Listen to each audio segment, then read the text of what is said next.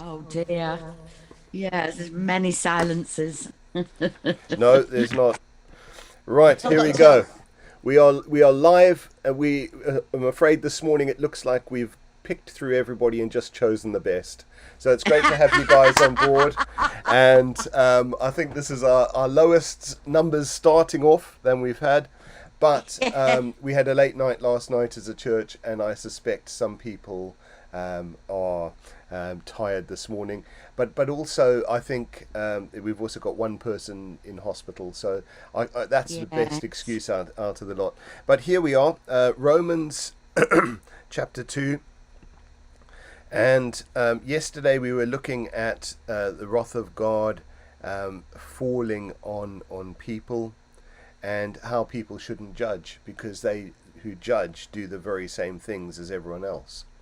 And actually, that doesn't separate them from judgment. It puts them in front of the judgment themselves for judging things Mm. that they. And so we're going to start at verse 12 and work our way down. So I think I don't very often get to read. If you'd like me to read, I'm very happy to do that. Yeah, go for it, If Nigel. either of you would like to pray, one of we've all got three people on here who can gush away. So I don't know which of the two of you would like to pray, and I'll read. Oh, go on. Oh, gosh.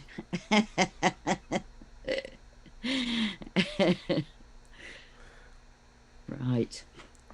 Good morning, Father God. Oh, just love you so much, Father, that you can bring us together.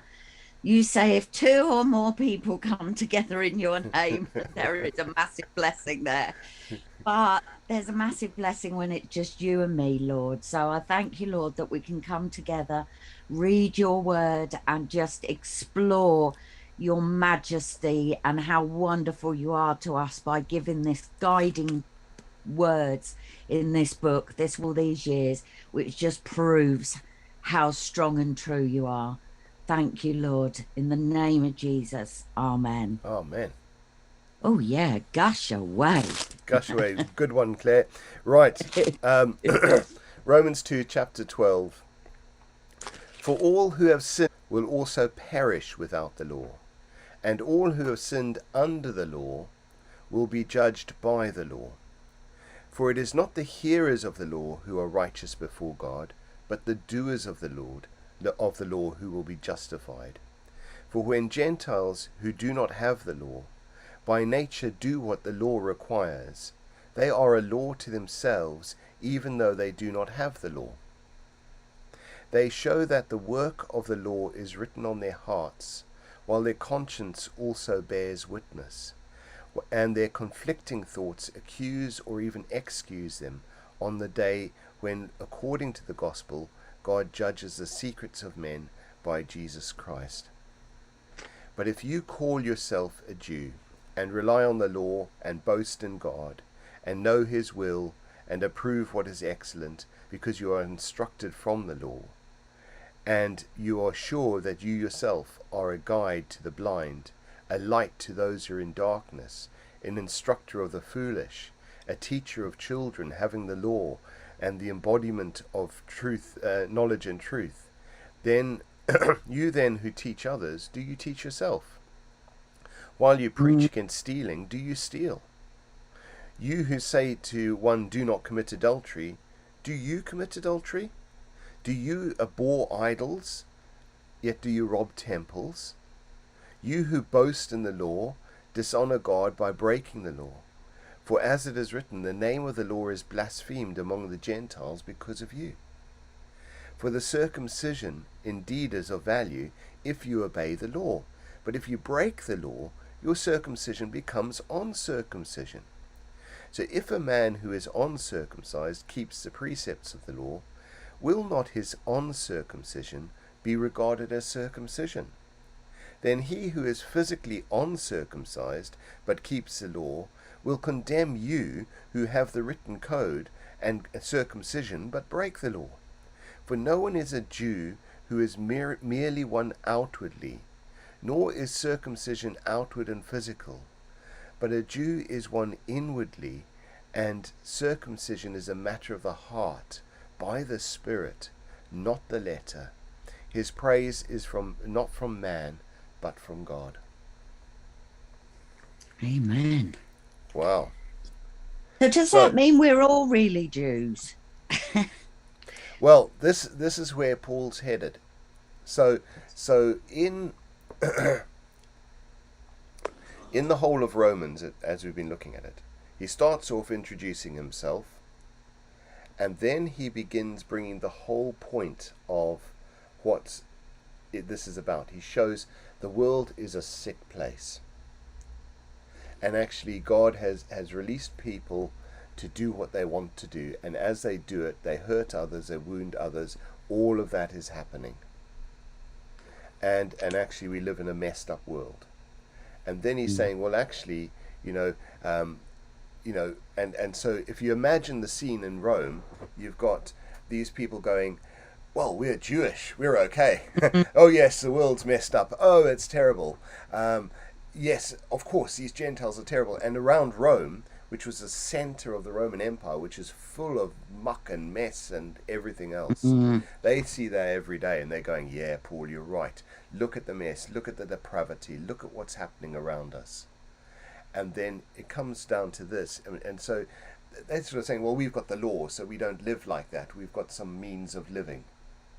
But what Paul brings it down to is he's saying, actually, if you have the law, but you don't obey it, if you break one law, you've broken the whole law. You may well have had an operation and been circumcised to as a sign of your Jewishness, but actually that doesn't count if you're breaking the law.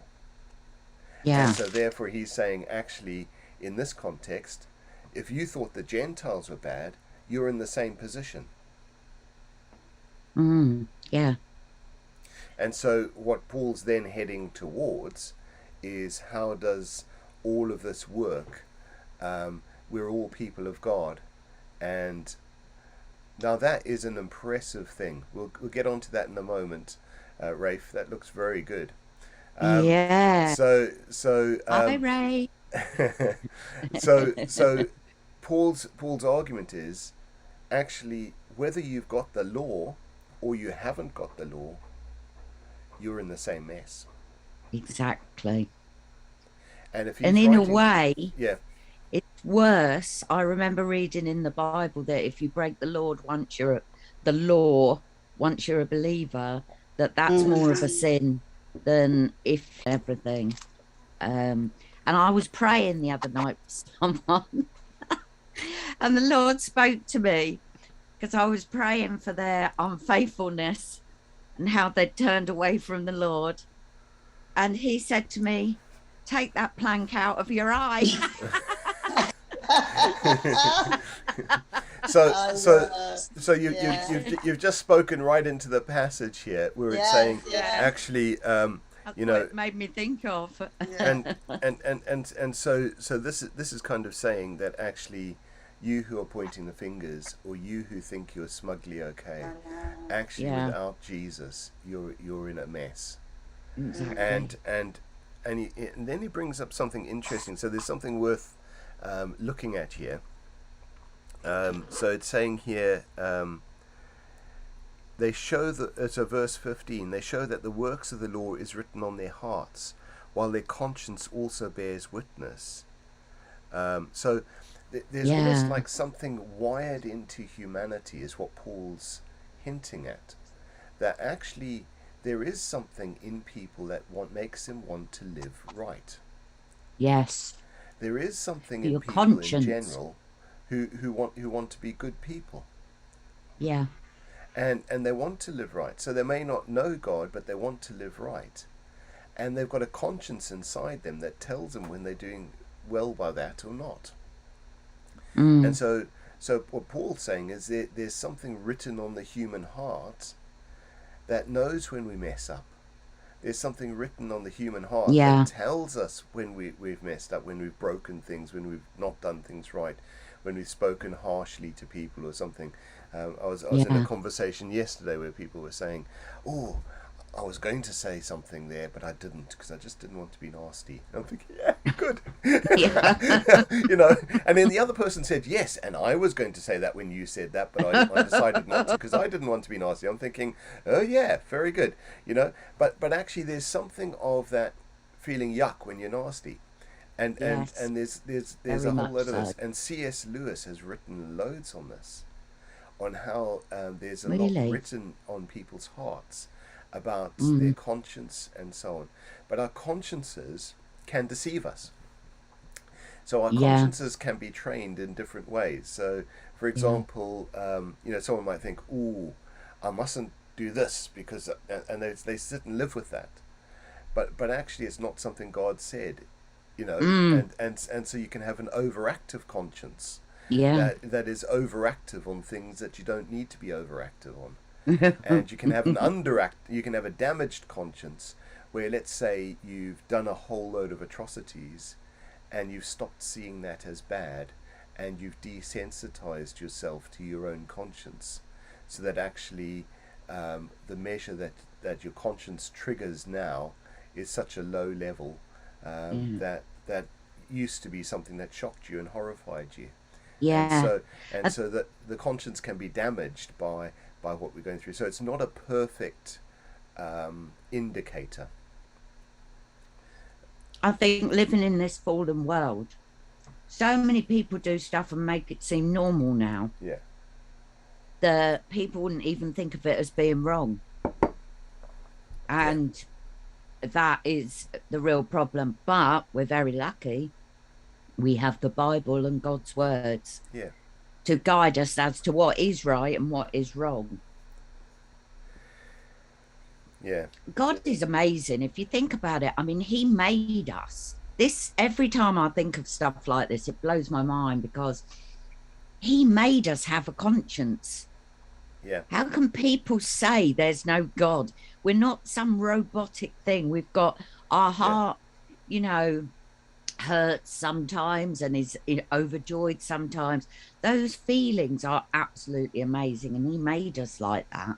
yeah, And it's just incredible. I always think that when I'm on the road, in my car, people do want to do the right thing because everybody every day drives along keeping the rules of the road. Well, not everybody, but most people, yeah.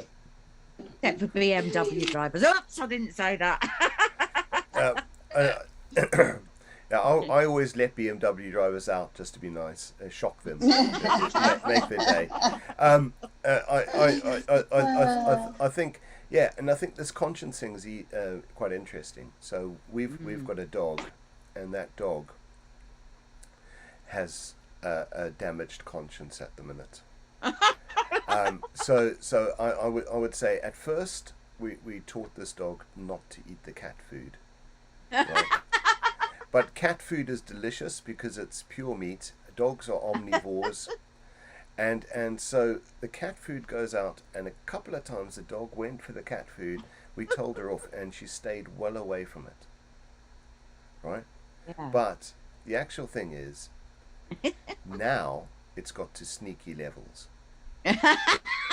So the dog's got a damaged conscience because the dog will go downstairs, go upstairs to see someone, and everyone, oh, gone up to see someone, and then will sneak down and lay into the cat food, and hope she doesn't get caught. That's it. So I think there's a whole load of things there, where consciences. I mean, I'm talking about the dog. I mean, the dog just sees food and eats it. All she doesn't want to get caught. I'm not saying she's got a perfectly formed conscience, but the guilt's gone now.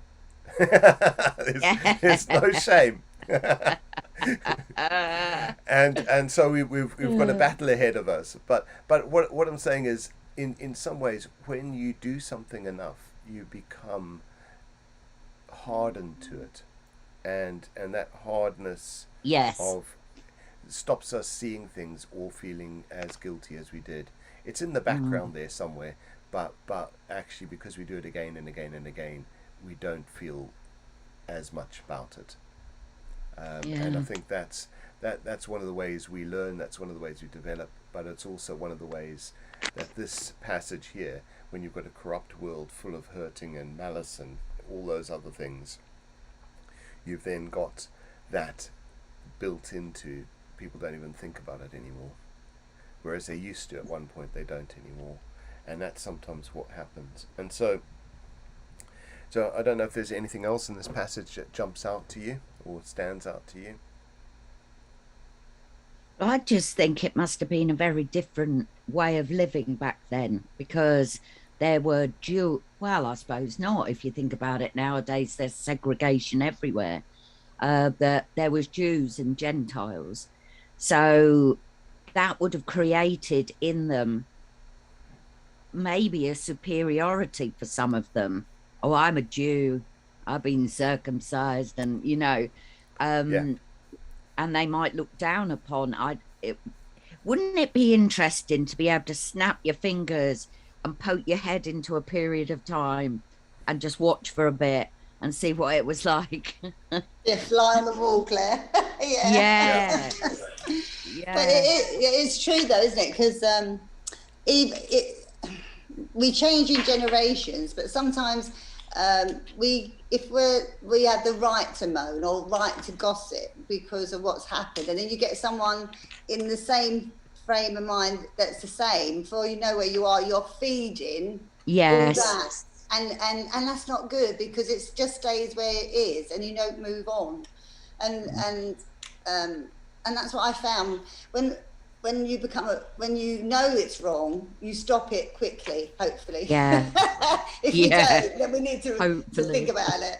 But it's so easily done. It's not easy, because you're living in this world, and everything's happening, and you have a bad day, a bad week, and things come on top of you. Before Mm, you know, you start sort of offloading, and then someone's really being sympathetic, but they're not really being helpful, because sometimes it's like, oh yeah, and then this, and then this, oh yeah, and poor, and it goes on a little bit. And if you have the right person speaking to your life, it can move you on. They can listen, yeah, be sympathetic, but it's like,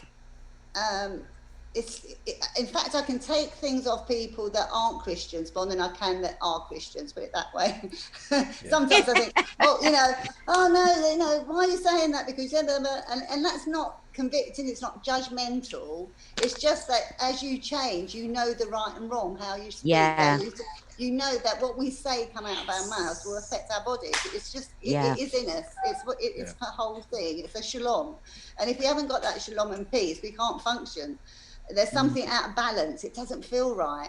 And then luckily we can talk, we can pray with each other, we can have another Christian, we can offload them sort of things. When people haven't got faith, where do they go? They may go to someone else that yes, won't give them that much help, or may do. I don't know. I don't know if that's right or wrong. But I just feel it's really important to get alongside the right people when you've got problems, and not put them down. mm, Don't put things down, and don't judge others, because, as you say, the plank in our own eye. We've always yeah, got a plank in our own eye that we've got to deal with. definitely. Yeah, and it's not good to run other people down either. No, So it's just loving each other and seeing the good in each other that we need to do more than anything. definitely. Wow. yeah. Thanks, Sue. I've got down here that in the notes here, it's very much what Claire was saying um, about how people thought they were okay but weren't, and it says here in verse 25 that the Jewish people were inclined to believe that they would be spared at the last judgment by virtue of their circumcision. Circumcision was required for all Jewish males for an entrance into the covenant, and therefore is likely to be viewed as a form of covenant protection. On circumcision, Paul argues, however, is that those who violate the law are counted before God as uncircumcised. In other words, they are outside of the covenant and therefore destined for judgment. Circumcision would be of value for salvation if the circumcised would obey the law perfectly, but no one can do that. And Paul takes the issue of circumcision up again several times through this in Romans 4. He'll take that on. But it's that sense of some people think, yeah, okay, we're part of that covenant because we've had an operation when we were 8 days old. Actually, Yeah. no. Actually, when you break the law, you broke the covenant. Mm. And actually, Paul's going to go into that at some depth. But that, imagine in Rome when this letter was read out, there are some people who went, Yeah. yeah, he's right. Yeah. I think that was a very powerful, very, it's sort of like if you have a legal contract with someone, and Yeah. you break that contract, you've Mm. broken the contract. Yeah. And as we see with Brexit and other things, we think you've broken the contract here, therefore we will do this, and all those things playing out. But that's how it is. So Yeah. yeah. So what Paul's painted is a picture that everybody is in the same boat. Yeah. We're a mess without Jesus, and that's the Yes. picture he's painted. How So true. I think we could go on. Shall we move on to the next bit? Yeah. Go for it. Sue's not back, but let's have a look here.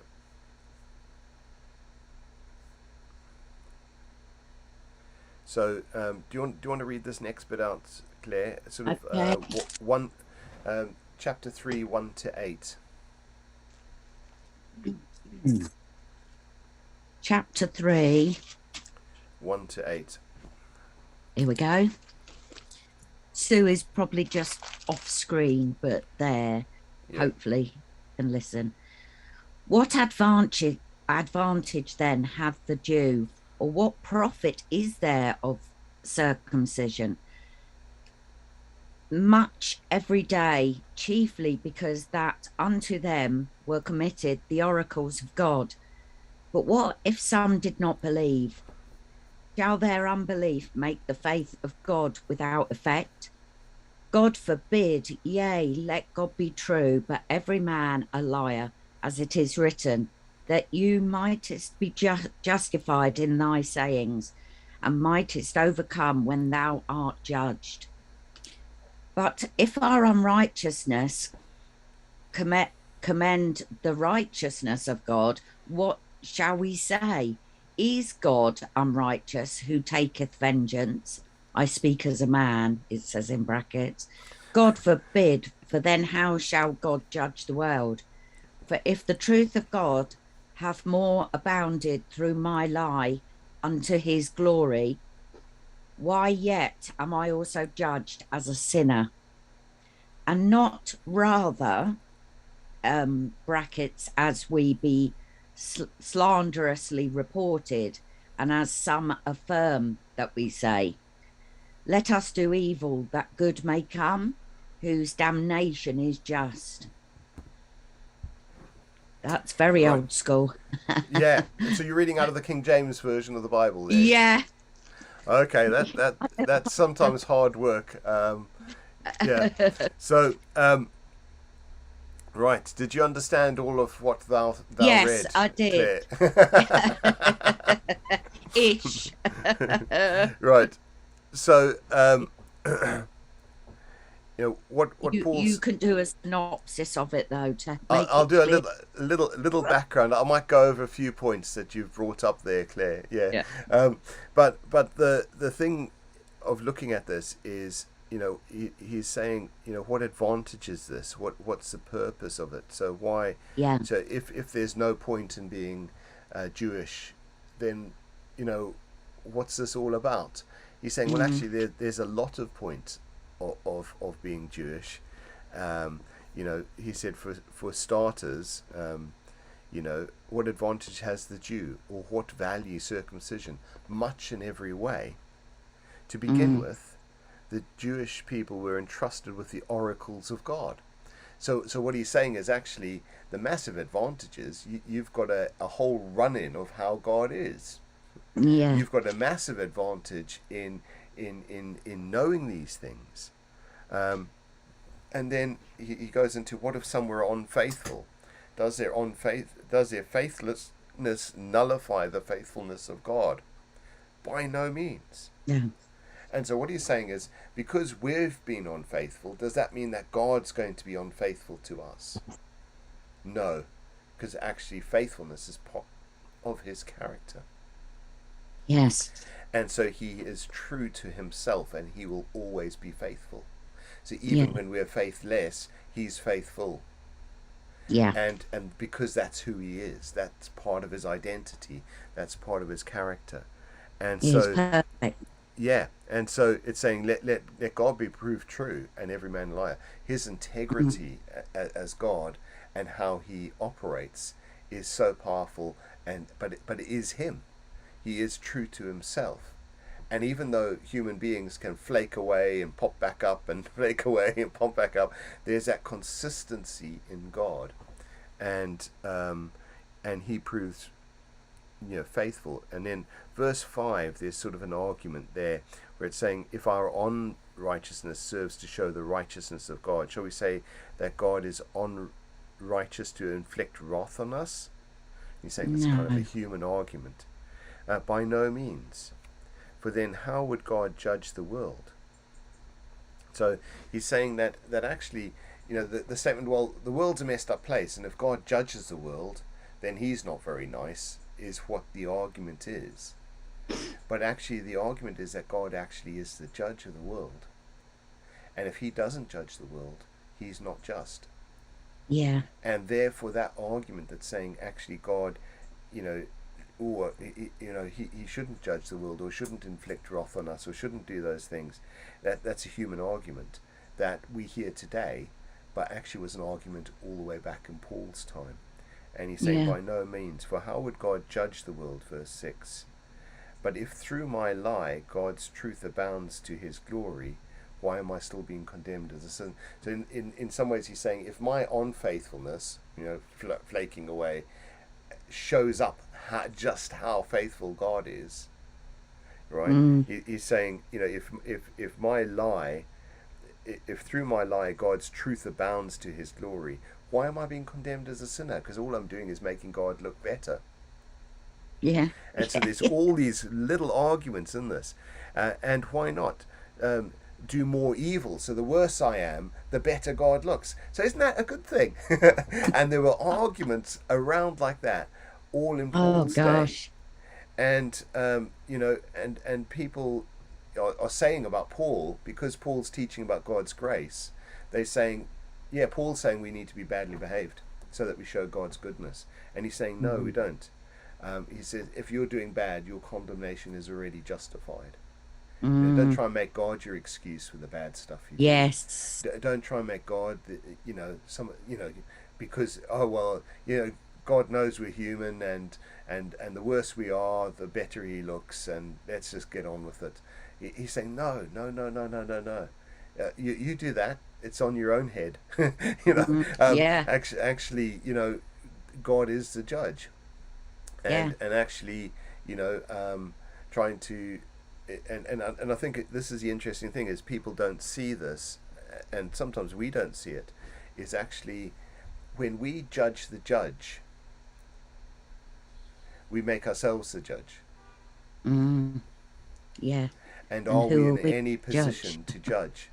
No. And so, this is what, people don't see very often, is very often we sort of say, well, in judging the world, or judging the judge of the world, we're saying, oh well, we don't think God does that right, or we don't think that, and we're, when we do that, we're actually saying, well, we see ourselves as over the judge of the world, Yeah. and actually we're making judgments about that, and as a result of that, we're in the condition that we read in Romans 1, that whole mess of the world where they denied the glory of God, and instead of seeking wisdom chose foolishness and all those things. And you just think, wow, those arguments that we're facing today are the same arguments Paul faced in these Exactly. things. Yeah. Yeah, exactly. Comes back to that your conscience again, that feeling. It always surprises me when people don't have a conscience over stuff and find stuff funny. And I sit there and I must look like I must look really judgmental actually, because, I'll be sitting with a group of people and they think something's really funny that's not in my Yeah. mind. I just think it's evil and horrible. And yeah, it's that thing of, oh, should I laugh along with them or stand my ground? Because that's wrong. Well, I always stand my ground, even if it makes me look Yeah. boring. And, because things are made nowadays to look, oh, well, that's all right to do that. Yeah, there's no problem in that. So where is the conscience? Where is that fear of God? Because the fear of God is not fear as it's loving what God does for us and what he has done for us, giving us his son so that we are saved. So we won't feel the wrath. We Yeah. will be judged, but Yeah. we're blessed because, he gave his son so that we could live. And that is just such a precious gift. And it Yeah. makes me very frustrated when people are horrible about that gift. Yeah, it's difficult, isn't it? But in this fallen world, especially the way things are now, um, I suppose this happens with every generation, because I remember my dad saying, oh, when I was a child, I wouldn't have done that. And I find myself doing the same thing now. Oh, I wouldn't have dared to do that. I would have got a smack on the back of the legs if I did that, kind of thing. Yeah. And there's no culpability either. You hear about parents that get called into school that stand up for their child who did something wrong. So in Yeah. my day, it would have been, we'll call the police and we'll scare the life out of you to, not do this kind of thing again. Whereas now, it seems that they stand up for their child and say, well, yeah, it was right that they did this and it wasn't. So, Yeah. yeah, conscience is I find it a fascinating thing that some people have a bigger conscience. Because even before I was a born again Christian, I've always had a strong conscience about unfairness. I Yeah. hate unfairness, and I always have done. I remember there's a program called Points of View. Yeah. Yeah. And I was on it 3 times when I was a child. Once for when people used to throw trolleys into the canals Yeah. because it was unfair that they had to go and dish them out and it was hurting other people. Fox hunting, I've always been crazy Yeah. about that. I hate it. Mm, But yeah, I've always hated unfairness. And I've always had what I think is a good conscience, but you never know. Never know I, what's normalized in my life, and I might be completely wrong. I remember I had a bit of a fallout with a neighbour. Oh, and it went on for ages. And I don't like having fallout with people because it's just Oh, not me. It's just hate oh, it. It's just horrible. grounded on me. And it's not me not to walk out and say good morning. And it went on for weeks. And I kept thinking, oh, but I've got the right to be like this. Yeah, I I have know. the right to feel like this. And every week I'd go to church, it was about forgiveness, and I was thinking, oh, that's it, it's getting at me again. And then one Yeah, day we had a preach on something, and it really, again, might have been about forgiveness or, acting right. And I'm thinking, I know, I should really get this sorted. I really should speak to my neighbour. And as I came out my car, this neighbour came towards me smiling, and I just said, hello, how are you? And the whole thing was put behind us. And I think it was because the change of heart and God working on me, knowing it was wrong to be like yeah, that, be able to say hello. And it was so amazing. And I knew God was in it because how the timing was perfect. And, and we've been friends ever since. And, yeah. and, my family were quite, there's a lot of things went on in my family. There was a lot of bitterness and hurt, and that went on from generation to generation to generation. It's bad. It's soul destroying, and it can make you feel physically ill.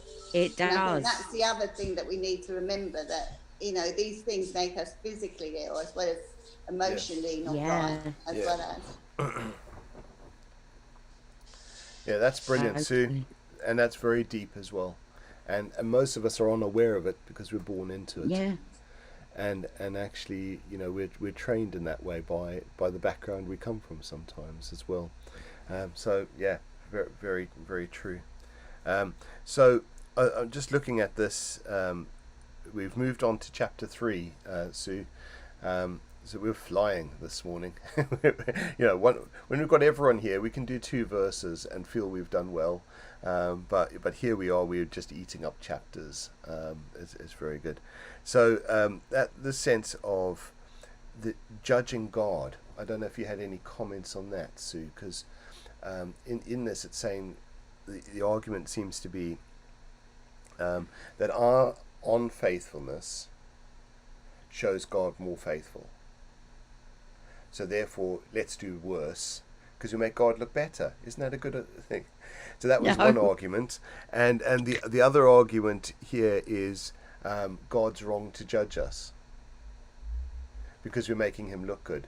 So there was that kind of argument going on, and Paul's addressing that back then. But I'm guessing that's the kind of argument you'd meet in the streets when you're out and about as a street pastor or whatever. There's that kind of discussion that seems to go on. So you're muted, Sue, but just letting you know. Yeah. Well, in the sense of why the world is like this and the judgment of God, that type of thing, do you think? Or Yeah. So I'll read out the verse. So verse go on, 5 do the verse says, again. Yeah. "But if our unrighteousness serves to show the righteousness of God, what shall we say? Oh, That okay. God is unrighteous to inflict wrath on us?" So it's saying that actually, if our unrighteousness makes Him look good, Mm. then sure, how can He judge us for our unrighteousness? Because we're making Him look good. Yeah, it's a bit weird. So there's Yeah. and Paul says, he's speaking in a human way when he says that argument. That's a human Yeah. argument. Yeah. He says, by no means. For then Mm. how would God judge the world? So actually, God is the judge of the world. And actually, if we then saying, well, He can't judge us because we're making Him look good by how bad we are. Paul's saying, no, by No. no means. Because how would Yeah. God judge the world? And then you think that a lot of the world judges God's judgment. Oh my So- gosh, so- that so- gets so much, doesn't it? So, Yeah. so the argument is, when we put ourselves in judgment over the judge of the world, that's a Yeah. scary position to be in, particularly Yeah. when our lives are a mess. Yeah. Mm. Yeah. But wouldn't you want to live in God's grace and mercy and everything now, rather than, I don't know, yeah, it just messes with your head, that type of statement, really. I know, God, so, you know what I mean? Why don't we just mess up? Because God's going to, He's over everything and He'll just look it after. But then that doesn't make you to have a good life, does it? I mean, I suppose Paul God was loves trying to people. make people think. yeah. What, Like yeah, if he was making these statements so people will go, oh, hang on a minute, is that right? No, it's making them think what is right. yeah, rather than be And- selfish, really. Yeah. And unloved, really, because if they have got the right, if God's over everything, He can put it all right. I'll just live like I want to live. I'll do what Yeah. I want to want. You know what I mean? It Yeah. just doesn't work that way. It's like kids kicking up and having a tantrum, isn't it? We need guidance. Yeah. Yeah. You Yeah. know, And there is a limit. yeah, When you say no. and so in some ways there's a lot of arguments that Paul's taking down here.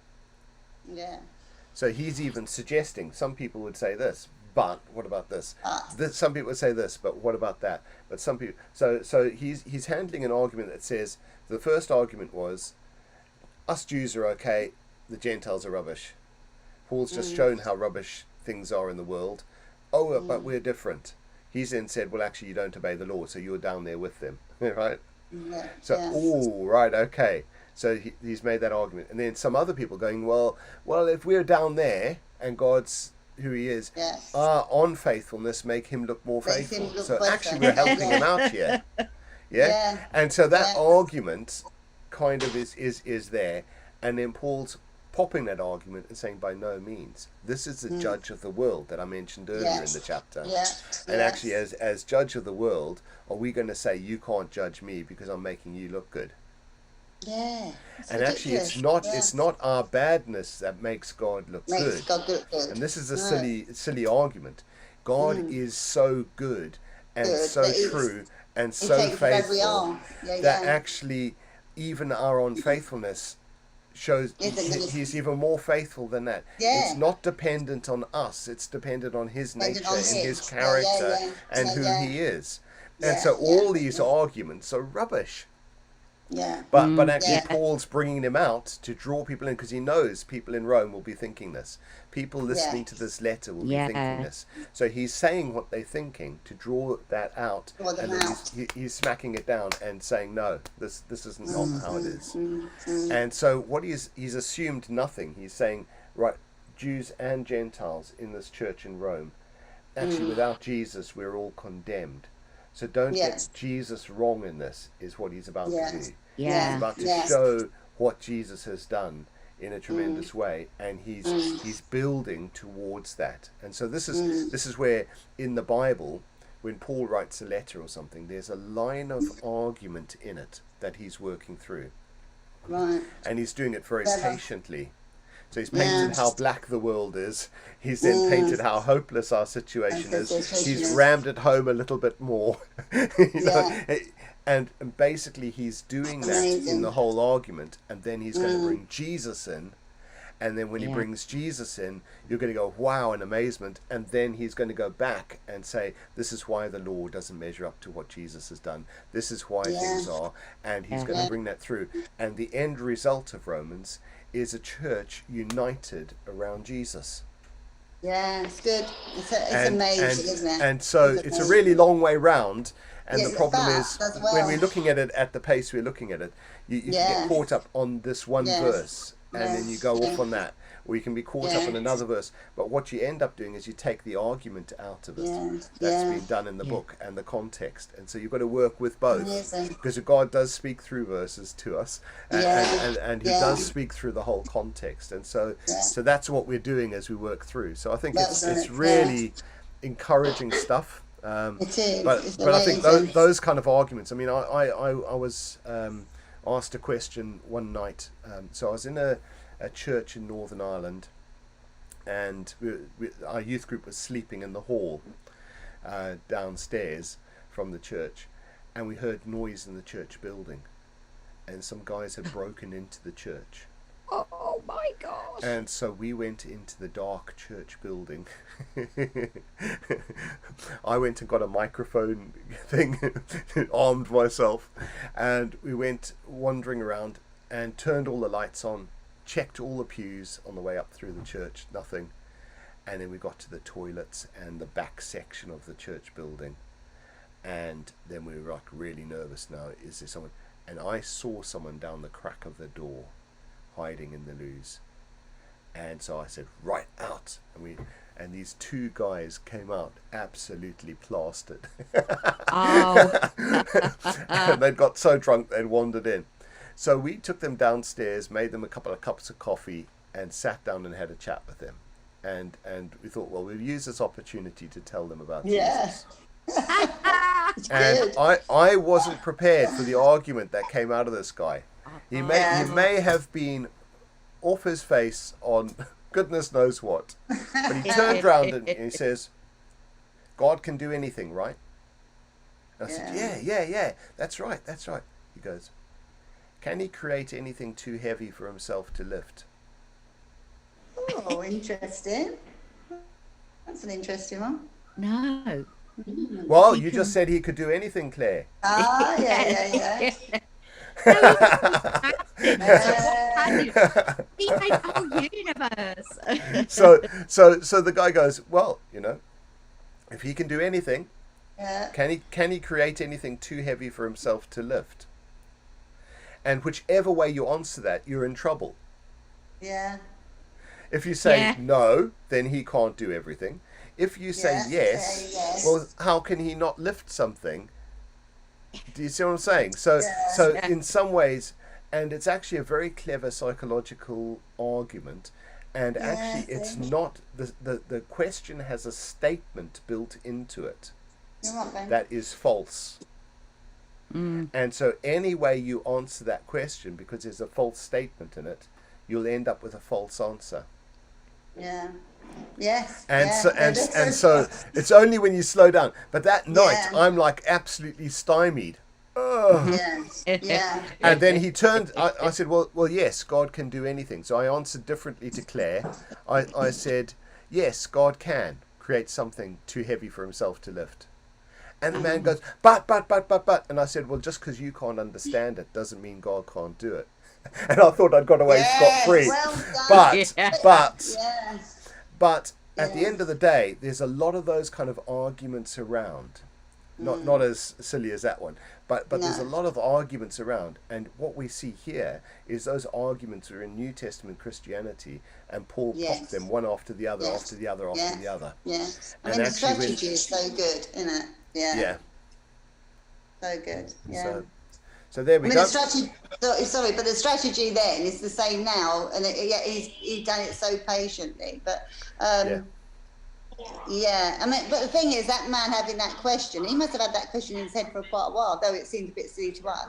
He must have asked it in his head, you know, and he Yeah. was ended up in church being drunk, and then you know what I mean? Yeah. So God was Yeah, in yeah, it, but he yeah. couldn't even see it. But he's obviously, you never know what happens after that, do you? Really? Yeah. I remember, like, just turn that down a little bit, darling.